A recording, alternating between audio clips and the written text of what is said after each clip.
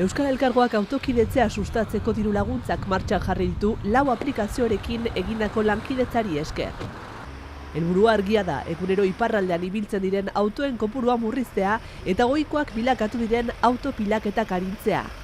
Bidaiariek urririk bidaiatzen ahalko dute eta gidariak ordainduak izanen dira haien distantzia eta dependtzen du zenbat hartzen duten.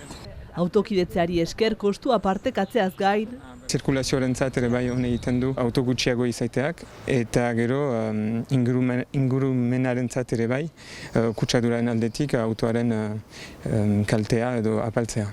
Laguntzak autoen gidariek egingo duten distantziaren araberakoa izateaz gain, Euskal Elkargoak ere kontuan hartuko du zenbat bidaiari dauden autoa. 5 eta 20 kilometroren artean 2 euro onkituko ditu gidariak. 20 eta 30 kilometroren artean izanen da 10 sentima kilometro bakoitzarentzat, nahi du 25 kilometro 2 euro terdi, eta 30 kilometro baino gehiago denean 3 euro. Hori bidaiari bakotxarentzat. Adibide bat eman du Euskal Elkargoko langideak. Azparne eta Baiona retoma dugu 25 kilometro direla, bidaiari bakoitzarentzat 2 euro terdi, 2 pertsona goizean, 2 pertsona egunean, eginen du 2 aldiz 10 euro egunean unkitzen ahalko ditu gidariak.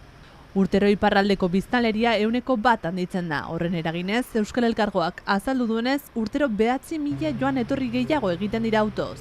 Auto bakoitzean, bataz beste, 1,3 pertsona direla autoetan, eta hori iristen baldin bagira bultzatzen 1,6ra, nahi du autozirkulazioa apalduko dela. Klej eta Zibik elkarrekin lan egiten dute eta hiri berean bizi dira.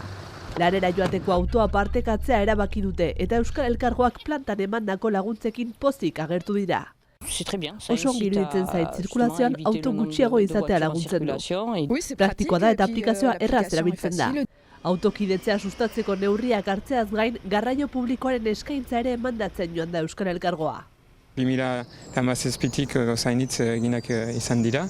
Barnekaldean adibidez maiztasuna eta hainitza onditu da, egunetik 40etako autobus gehiago dira Barnekaldean, eta zenbakietan ikusten da.